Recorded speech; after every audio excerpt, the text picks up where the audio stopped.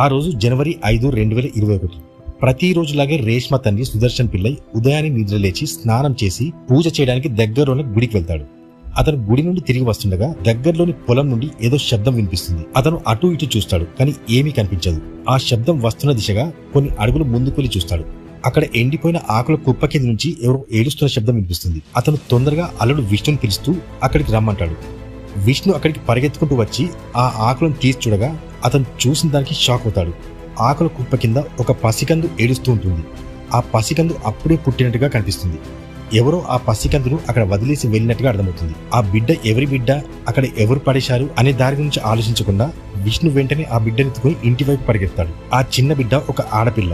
ఆ పాప చాలా బలహీనంగా పుట్టినట్టు అర్థమవుతుంది.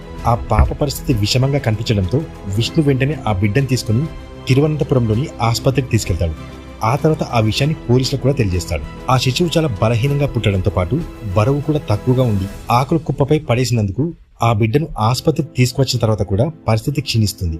కొన్ని గంటల తర్వాత ఆ చిన్న శిశువు మరణిస్తుంది. ఈ ఇంట్రెస్టింగ్ వీడియో చూడాలంటే కింద ప్లే బటన్ నొక్కి ఇప్పుడే చూడండి, లేదా యూట్యూబ్లో మా క్రైమ్ స్టోరీస్ తెలుగు ఛానల్ని సబ్స్క్రైబ్ చేసుకుని కూడా చూడొచ్చు.